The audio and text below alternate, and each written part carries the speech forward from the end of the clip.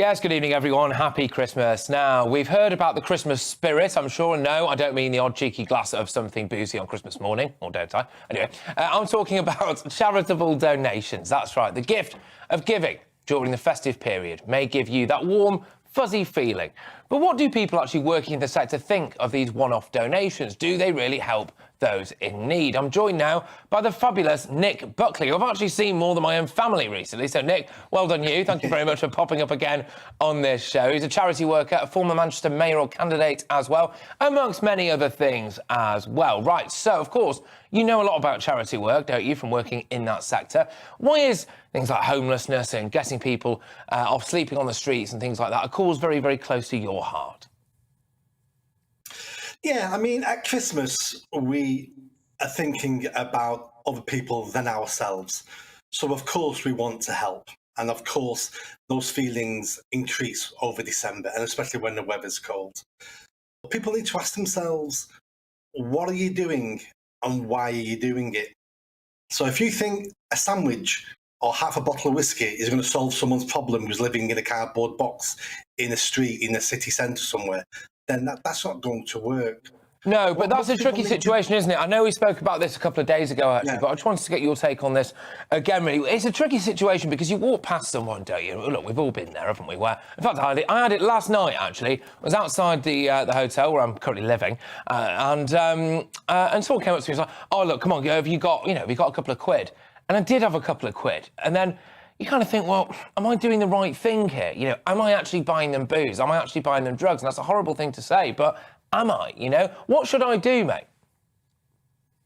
Well, at that moment in time when you're handing that money over, you're not really thinking of that person.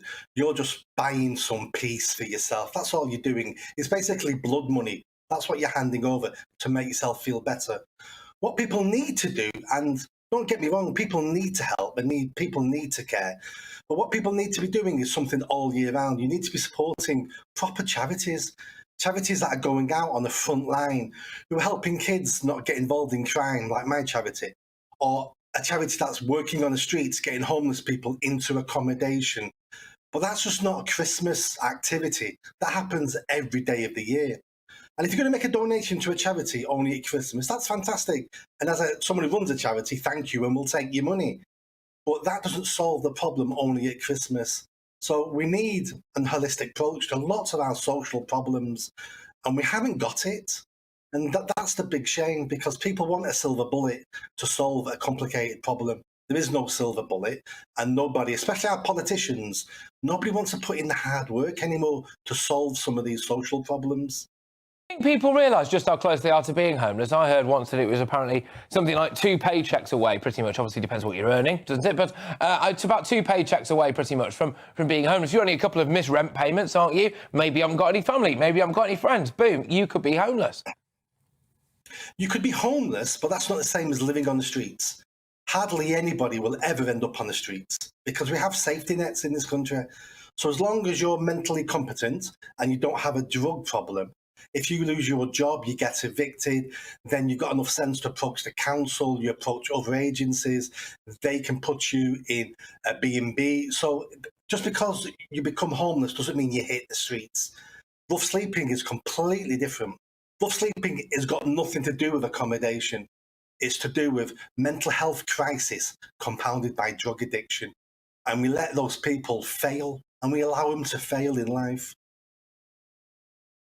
Could you just give me a bit of an... because it's Christmas, right? It's Christmas Day. And by the way, as well, we do want people to send in, and we're going to go to them very, very shortly, we do want people to be sending in pictures of essentially your unconscious relatives at this time. It's that time in the evening, isn't it? Everyone's had a couple too many. You're on the couch, you're watching some telly, or in their case, maybe unconscious in front of me. And yes, so we want to send in your pictures of people who are passed out on the couch. It's that time of year, isn't it? But just to give us some context, really, for the kind of work that you do, the things that you've done, the things that you've achieved. Have you got any real, just that come to mind really, any real success stories about people that your charity has helped? Any kind of case studies, as it were, I've got hundreds.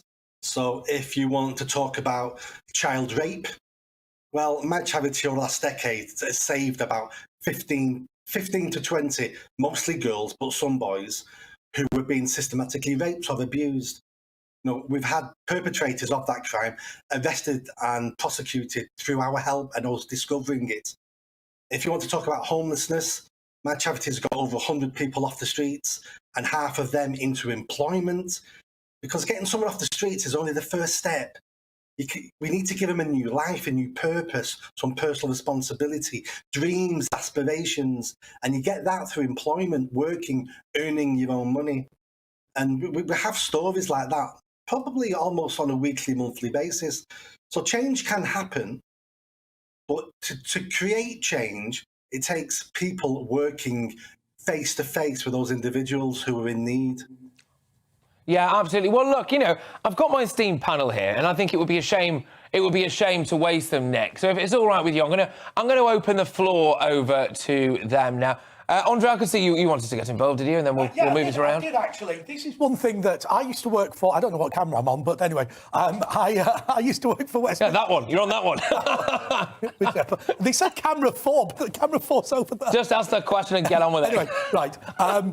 One of the things, I used to work for Westminster City Council. We had a terrible problem with people who I actually think are naturally very nice people, the soup run people who would go out Christmas Day and give out food and little bits and bobs to people on the street. We actually considered ASBOing them. The reason is because it kept people on the streets, and just feeding people for 2 or 3 days a year actually can make bigger problems. You know, is the problem still as severe as that? Yes. So people who think they're doing the right thing will go onto the streets. But here's a real example. About 5 years ago, the council, in partnership with another charity, hired a minibus, a coach, and they were going to go around the city centre, pick homeless people up and take them for Christmas dinner.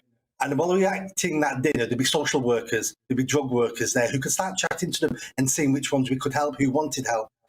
And the bus drove around the city centre to pick people up, and everybody was legless.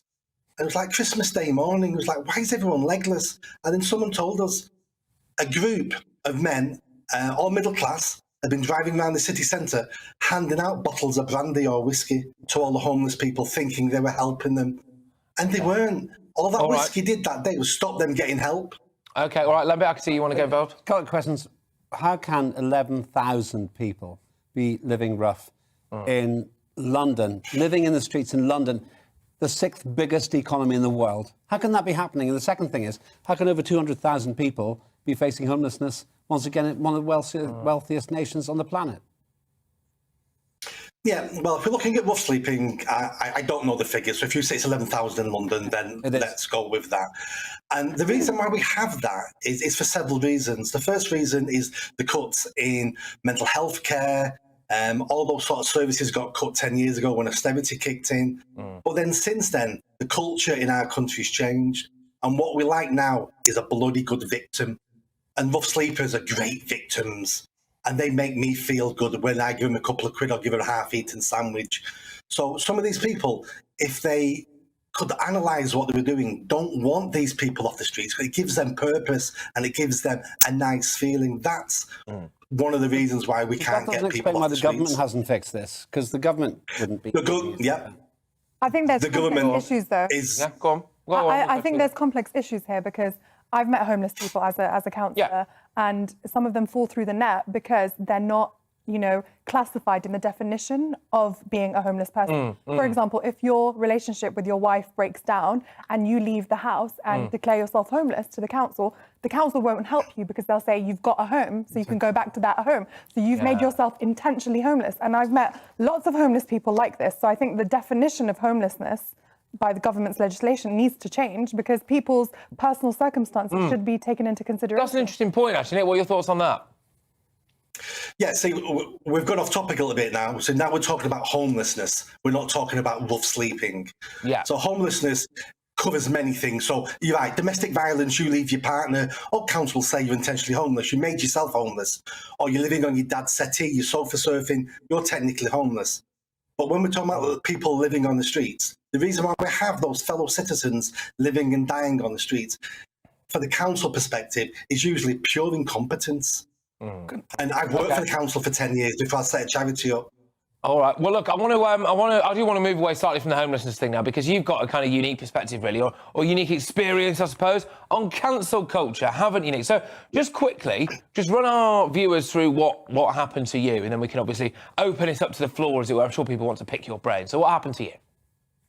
Sure. So at the height of the BLM protests, about 18 months ago, at that point, I thought I was a free person with freedom of speech living in a free society. So I wrote an article about how Marxist organisation BLM was and what they wanted. Defund the police, disrupt the nuclear family. And that article, for some reason, didn't go down very well. So I was accused of being a Nazi and a racist. The board of my charity panicked. They sacked me over email. I decided I was having none of it. So I fought back, and I made the board at the charity resign in disgrace, and I took my charity back.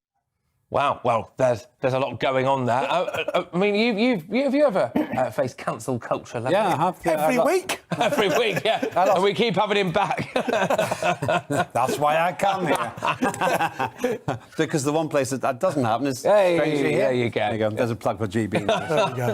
And I have experienced it because people chose to judge me for my relationships with Cheeky Girl and others, rather than for what I did in Parliament.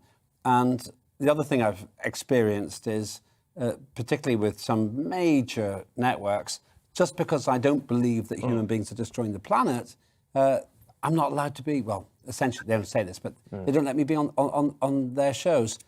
Question for you, though, what can we do about it? Or have we left the age of reason and we've now entered the age of cancellation and censorship? We had, but this year has been a fantastic year for the British people. We're beginning to see what went on over the last couple of decades. BLM now are discredited. The green agenda now, we're looking at that and going, it's just a death cult for people like Extinction Rebellion.